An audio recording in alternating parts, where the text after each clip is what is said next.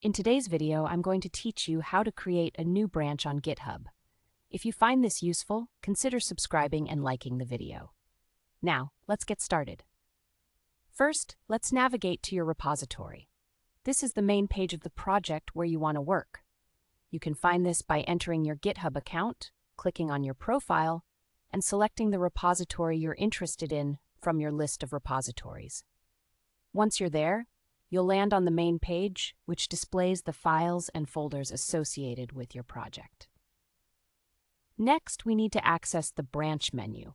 Look over to the left side of your screen. You should see a drop-down menu that usually sits right above the list of files in your repository. This is where you manage your branches. Click on that branch drop-down menu. It likely shows the name of your default branch, often called main or master. Once you've opened it, you'll want to see all your existing branches. Look for an option that says something like View All Branches or just a simple list. This feature gives you a quick overview of every branch currently in your repository, and it might even provide some information about recent activity on those branches. Now here's the fun part, creating your new branch. After choosing to view all branches, you should see a button that says New Branch. Go ahead and click on that. This button will take you to a section where you can define the name of your new branch. Make sure to pick a specific name that reflects the work you intend to do in this branch.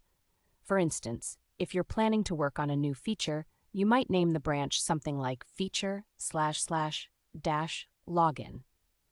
Once you've entered a name that you're happy with, click the Create Branch button or whatever option it offers you to finalize the creation of your new branch. And that's it.